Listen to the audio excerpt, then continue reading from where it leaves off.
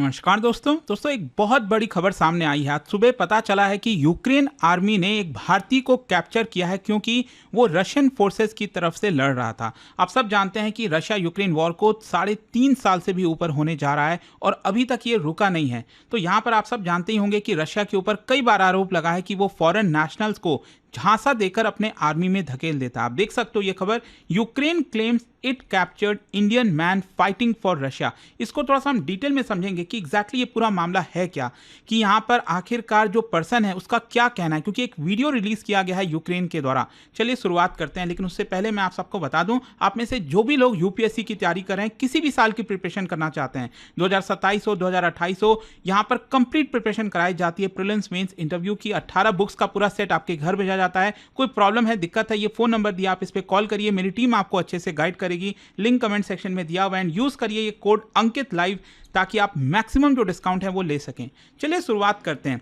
सबसे पहले देखते हैं कि एग्जैक्टली हुआ क्या, खबर क्या आई है। देखिए, यूक्रेन की जो 63rd मैकेनाइज्ड ब्रिगेड है, उन्होंने एक वीडियो रिलीज किया और उस वीडियो के अंदर पता चला एक पर्सन है जो अपने आप को इंडियन कह रहा है और उस भारतीय को यूक्रेन का कहना है कि यूक्रेन की फोर्सेस ने कैप्चर किया है।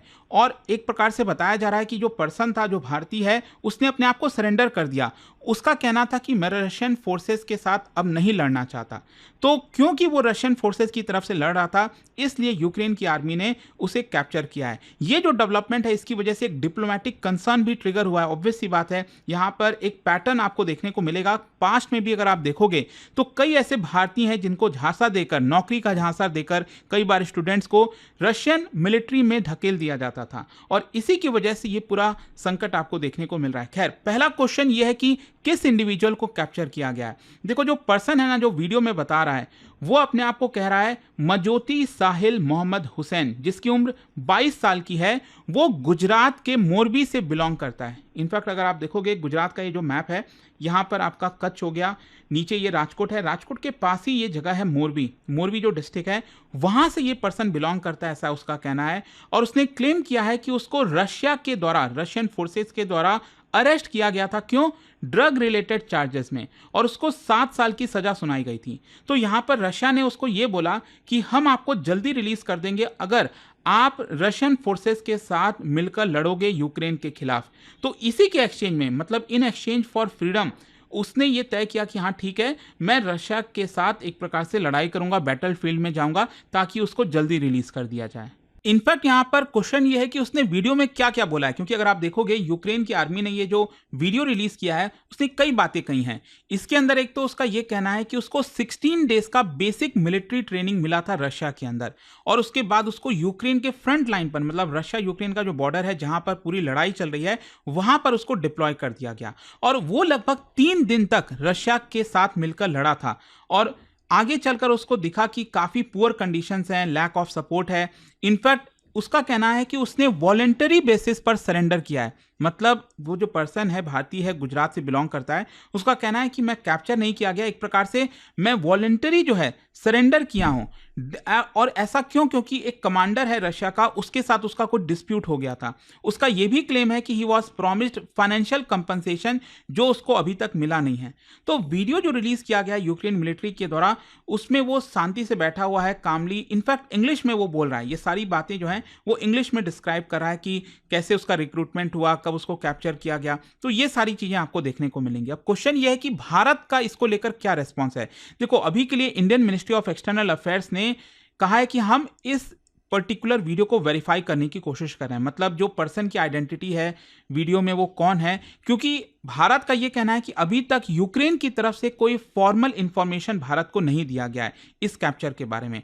और मिनिस्ट्री ऑफ एक्सटर्नल अफेयर्स ने फिर से यह चीज कहा है कि भारत ने बार बार इस मुद्दे को रेज किया है रशिया के साथ, कि कई भारतीय सिटीजन्स को जो रिक्रूट किया जा रहा है गलत तरीके से, ऐसा नहीं होना चाहिए। रशियन मिलिट्री में आप इस तरह से गलत तरीके से भारतीयों को नहीं धकेल सकते हो। खैर, यूक्रेन का स्टेटमेंट क्या है? देखो, यूक्रेन की जो 63rd मैकेनाइज्ड ब्रिगेड है, उन्होंने ये वीडियो रिलीज किया, जैसे जैसा मैंने आपको बताया, और कहा कि he is among foreign Mercenaries fighting for Russia. आप सब जानते हैं कि कई सारे ऐसे फॉरेन लोग हैं जो रशिया के साथ मिलकर यूक्रेन के खिलाफ लड़ रहे हैं। तो यही यूक्रेन का कहना है। यूक्रेन का कहना है कि मतलब यूक्रेन ने अभी डिस्क्लोज नहीं किया है और बाकी डिटेल्स कि उसको कहां पर कैप्चर किया गया था, किस तरह से किया गया था, बट उनकी तरफ से बस ये स्टेटमेंट जारी किया गया है कि ही इज इंडियन और ऐसा ऐसा चीजें हुई हैं। अच्छा, रशिया का क्या रिएक्शन है? देखो, मॉस्को ने अभी तक खुद अपनी तरफ से स्टेटमेंट नहीं बोला है, लेकिन प्रीवियस जो इंस्टेंसेस अगर आप देखोगे, रशियन ऑफिशियल्स ने डिनाई किया है कि देखो हम कभी भी कोहर्स नहीं करते हैं।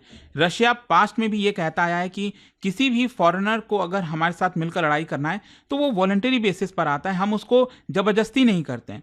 तो इसमें आपको काफ़ी कॉन्फ्लिक्ट देखने को मिलेगा कि यूक्रेन का कुछ और कहना है, रशिया का कुछ और कहना है। इनफैक्ट मैं आपको थोड़ा सा बैकग्राउंड बताता हूँ। ये पहली बार ऐसा नहीं हो रहा है कि इंडियन सिटीजन्स रशिया के साइड से लड़ाई कर रहे हो, क्योंकि 2023 से अगर आप देखोगे कई ऐसे केसेस सामने आए जहां पर जो इंडियन मैन हैं उनको झांसा दिया जाता था, ल्योर किया जाता था रशिया की तरफ से फॉल्स जॉब प्रोमिसेस में।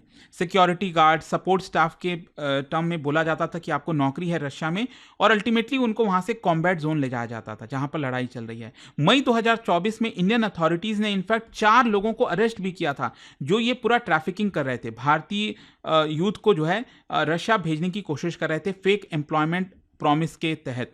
तो भारत सरकार ने 4 लोगों को अरेस्ट भी किया था।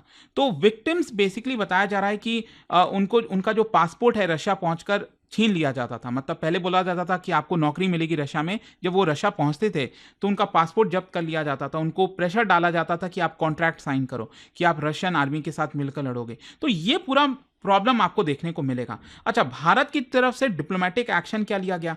देखो, भारत ने फॉर्मल तरीके से रिक्वेस्ट किया रशिया को कि जितने भी इंडियन नेशनल्स ट्रैप्ड हैं इस समय मिलिट्री सर्विस में, आप उनको प्लीज रिलीज करिए। मिनिस्ट्री ऑफ एक्सटर्नल अफेयर्स ने कंफर्म भी किया कि डजन्स ऑफ इंडियंस यहां पर जो सर्व कर रहे थे रशियन फोर्सेज में, उसमें कई ऐसे हैं जो कॉम्बैट जोन में ऑलरेडी मारे जा चुके हैं। मार्च 2024 में भारत ने इनफैक्ट रिपैट्रिएशन भी जो है अलाउ किया था, फैसिलिटेट किया था कि जो भी भारतीय समय रशिया में है अगर वो भारत आना चाहते हैं तो हम उनको अलाउ करेंगे, हम फैसिलिटेट करेंगे। ये सारी चीजें अभी तक आपको देखने को मिलेंगी, लेकिन ओवरऑल इसका पूरा जियोपॉलिटिकल कॉन्टेक्स्ट आपको समझना होगा। देखो, सबसे पहली चीज है कि रशिया आखिरकार फॉरेनर्स को क्यों रिक्रूट कर रहा है?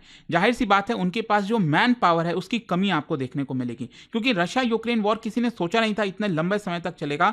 तो इसलिए रशिया एशिया से, अफ्रीका से, लैटिन अमेरिका से कई फॉरेनर्स को रिक्रूट करा। इनफैक्ट आपने नॉर्थ कोरिया का तो सुना ही होगा, बड़ी मात्रा में नॉर्थ कोरिया के जो सोल्जर्स हैं वो रशिया गए थे यूक्रेन के खिलाफ लड़ने के लिए, और कुछ जो रिक्रूट्स हैं उनको यहां पर पहले रिलीज करने का वादा दिया जाता था। जैसे मैं आपको बता रहा था ना कि बहुत सारे ऐसे प्रिजनर्स थे, कई ऐसे लोग थे रशिया के अंदर जो आपका जेल सेंटेंस कर रहे थे, तो उनको एक प्रकार से रशिया ने ऑफर किया कि हम आपको जल्दी रिलीज कर देंगे अगर आप हमारे लिए ये काम करोगे, हमारे लिए लड़ोगे बैटल फील्ड पर। और कई ऐसे माइग्रेंट वर्कर्स हैं, सबसे बड़ी प्रॉब्लम यही थी कि कई ऐसे माइग्रेंट वर्कर्स हैं जिनको जबरदस्ती मिलिट्री कॉन्ट्रैक्ट करा के ये सारी चीजें की जा रही थी। तो ये तो रशिया की तरफ से हो गया, लेकिन अगर हम यूक्रेन की बात करें तो देखो, यूक्रेन का भी यहां पर आपको मोटिव देखने को मिलेगा। यूक्रेन भी चाहता है कि पूरी दुनिया इस चीज को जाने कि कैसे यहां पर जो मॉस्को है, जो रशिया है, वो फॉरेनर्स को बैटल फील्ड में भेज रहा है, इंक्लूडिंग इंडियंस।